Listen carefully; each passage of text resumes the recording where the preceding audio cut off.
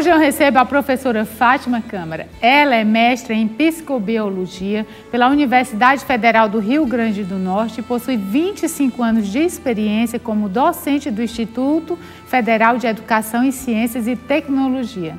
E há 10 anos é coordenadora da área de saúde do IFCE. E nós vamos falar sobre uma tese que propõe que a existência de evidências científicas capazes de provar que o universo e tudo que nele existe foram realmente criados por Deus, como a Bíblia fala. Professora Fátima, que prazer recebê-la. Prazer é todo meu, Eugênio, de estar aqui para falar de um tema tão interessante que é o neocriacionismo e é a minha bandeira em sala de aula. Com certeza, bastante interessante. Vamos lá.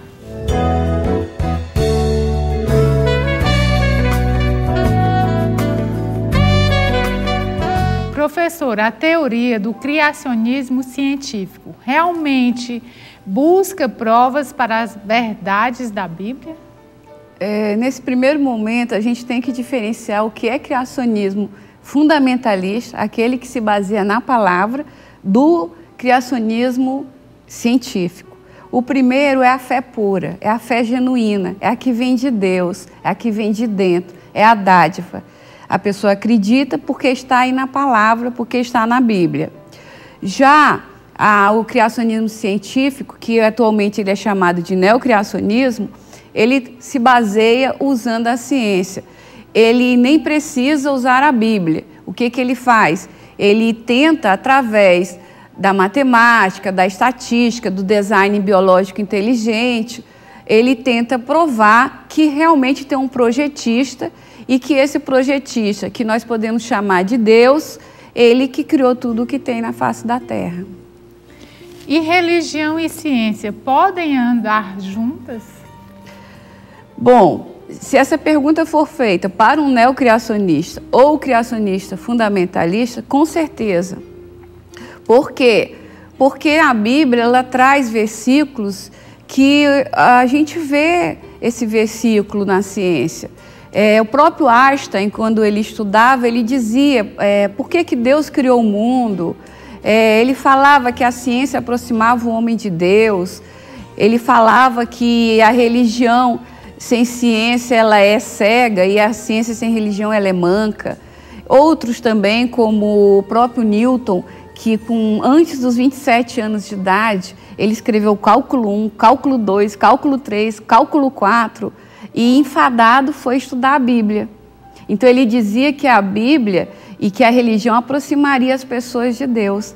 Então, se você for uma pessoa que tem fé, você vai ver que existe muita verdade nos versículos bíblicos.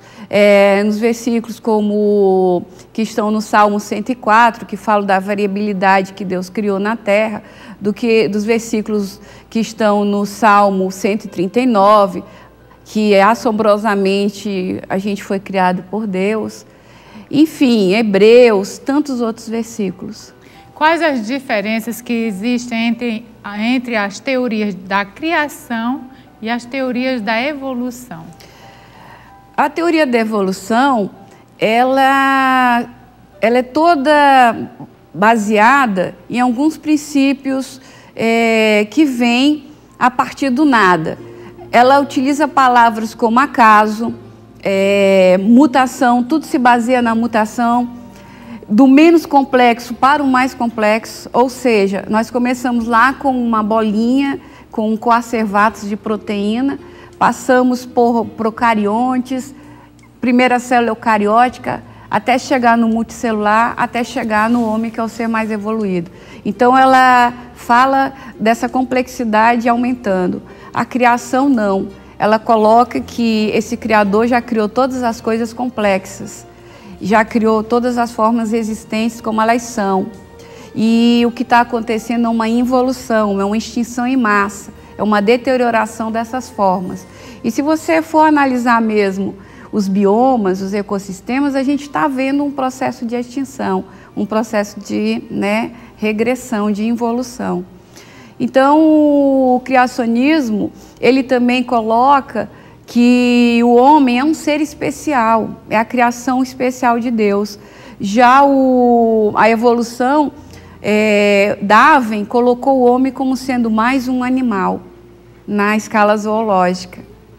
Então, a teoria da evolução nunca foi totalmente comprovada, quer dizer, a teoria da criação de Deus não está nunca descartada também da ciência? Eu digo sempre que para você acreditar na criação tem que ter fé, e a fé é uma dádiva. E para acreditar na evolução também, porque quando não se explica a origem daquele ser vivo, fala-se de anagênese, uma evolução que foi dando origem a outra espécie, mas que elas não foram contemporâneas. Ou então fala-se de uma evolução muito rápida, tactelia, que não deixou registro fóssil. Mas ainda existem muitas lacunas não explicadas dentro da evolução. E a evolução é uma teoria, a teoria não é o fato. A teoria ela é composta por afirmações, por métodos. Suposições. O fato é a evolução. Mas Darwin, quando estabeleceu a sua teoria da seleção natural, ele não usava a palavra evolução. Evolução quer dizer evolver e modificar-se, alterar-se. Ou seja, você partir de espécies simples para espécies mais evoluídas. Ele não usava essa palavra. E ele também não usava a ideia da não existência dessas espécies, que elas foram aparecendo, não. Por exemplo, quando ele se referia à girafa, ele falava, existia a girafa com pescoço pequeno, médio e grande. A do pescoço grande estava mais adaptada, ela ficou. As outras foram eliminadas. Mas existiam as 3 girafas. Isso nosso Deus não precisaria evoluir, ele tem poder para criar já o ser real e final. Exatamente como está na forma de hoje. Agora eu também gostaria de dizer que o neocriacionismo, ele acredita na mutação, ela existe.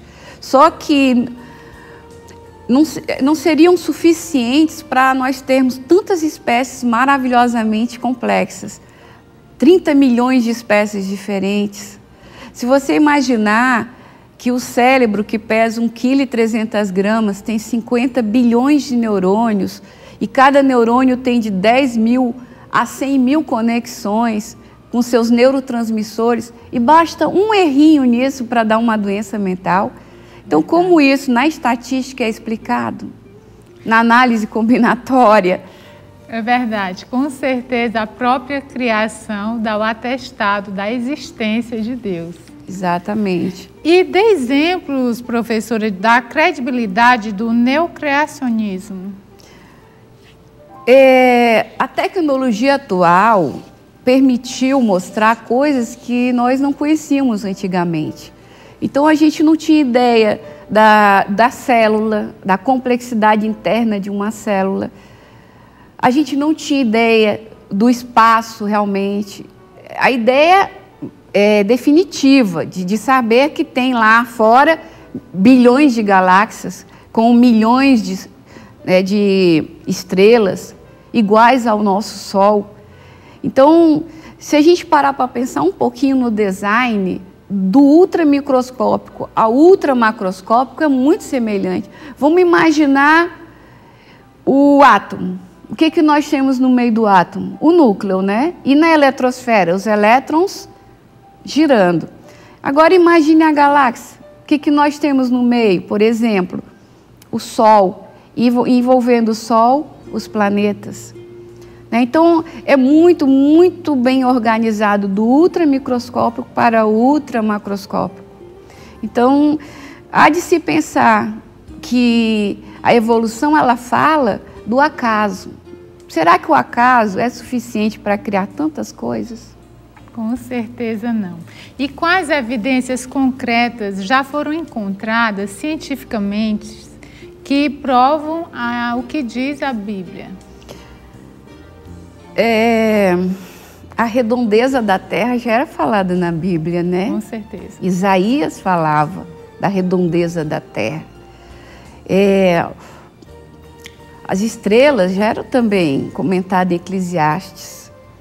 No Salmo se fala também da complexidade da Terra. Então, tudo isso, a a Terra em si já era explicada na própria Bíblia, né? Então, os cientistas foram provando, e existem muitos cientistas que acreditam na criação e que acreditam em Deus. E é verdade que nunca se comprovou cientificamente que Deus não existe? Com certeza, não dá para provar que Deus existe. Não dá para provar no laboratório que tem esse Criador. Do mesmo jeito que também a gente não prova muita coisa que existe no mundo. Deus para muita gente é invisível. Como também eles também não conseguem provar que Deus não existe. Também, exatamente. Não tem como provar também que Deus não existe. Então, Louis Pasteur dizia isso. Há pouca ciência afasta de Deus. Há muita ciência aproxima. Então, quanto mais se lê, quanto mais se estuda, mais você se aproxima de Deus, porque você começa a ver a complexidade das coisas, as leis, as próprias leis da termodinâmica. É a primeira lei que uma energia se transforma na outra, nem pode ser criada nem destruída. Então, de onde é que veio a energia para criar tanta vida na Terra? A segunda lei que fala da entropia. Então, a evolução vai contra o que é dito na segunda lei, porque a evolução ela vem do acaso, mas chega na complexidade. E a segunda lei diz que o acaso leva à entropia. Então, a terceira lei que eu posso dizer aqui, biogênese, que Pasteur comprovou isso em 1866, que vida vem de vida pré-existente, né? Professora, um filme maravilhoso que eu assisti, um filme de criança, Mickey e a Matemática, de como Deus criou o mundo usando sempre a matemática. Então ele mostra que até as florzinhas, as pétalas, as mínimas coisas ele mostra, o núcleo, como o mundo foi criado e como Deus é perfeito e ama a diversidade, né? As coisas bem coloridas. E o que a senhora tem a dizer? Eu vou até dar um exemplo em relação a isso, usando a matemática.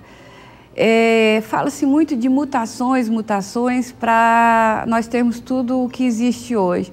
Mas eu vou dar uma ideia disso. Se você pegar 5 aminoácidos para construir 10 peptídeos, o que é um peptídeo? É um composto proteico com poucos aminoácidos. Se você pegar 5 aminoácidos para colocar nessas sequências, a gente tem mais de 1 milhão de sequências diferentes. Mas a gente só precisa de 10 sequências perfeitas para esses mais de 1 milhão. Então, como ficaria isso nessas mutações aleatórias? Um outro exemplo, com 4 nucleotídeos que nós temos, adenina, timina, guanina e citosina, para nós criarmos 100 DNAs diferentes, nós teríamos para mais de 1 trilhão de sequências diferentes, mas a gente só precisa de 100 DNAs perfeitos. Então, como é que fica isso na matemática? E, principalmente, qual a mutação que a nossa geração, a dos nossos pais ou adiante, uma mutação realmente séria de um ser para o outro, de uma transição séria, ninguém viu. Até hoje a gente vê assim, antigamente nascia os dentes tal, não nasce mais, hoje em dia o homem tem menos pelo porque não precisa mais. Algumas coisas assim que realmente existem. E ainda assim são pensamentos de Lamarck, pensamentos da lei do uso e desuso. Quanto mais se usa, mais hipertrofia, quanto menos usa, mais atrofia. E que essas leis de Lamarck não são aceitas. Darwin não falaria assim. Darwin falaria que nasceu um homem com menos pelos, e esse homem ficou e o outro foi eliminado. E aí eu pergunto, onde é que fica o homem hoje que tem muito pelo? Será que esse homem é menos evoluído? Nessa teoria seria. Professora, o homem pode acelerar a evolução? Pode. Pode, porque ele tem a tecnologia para transferir genes de uma espécie para outra. E com isso ele vai modificando as espécies. Agora, ele pode mexer com o que já existe, ele pode alterar DNAs, mas ele não pode criar DNAs. Não, ele parte sempre do ácido nucleico já existente. E a partir desse ácido nucleico, ele vai inserindo ou tirando os genes. E assim vai modificando as espécies, que hoje são chamadas transgênicas.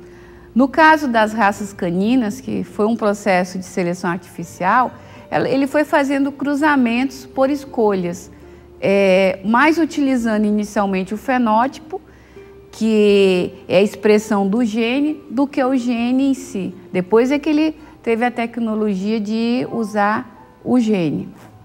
Professora Fátima, muito obrigada. A senhora tem alguma consideração final que queira fazer para os nossos telespectadores?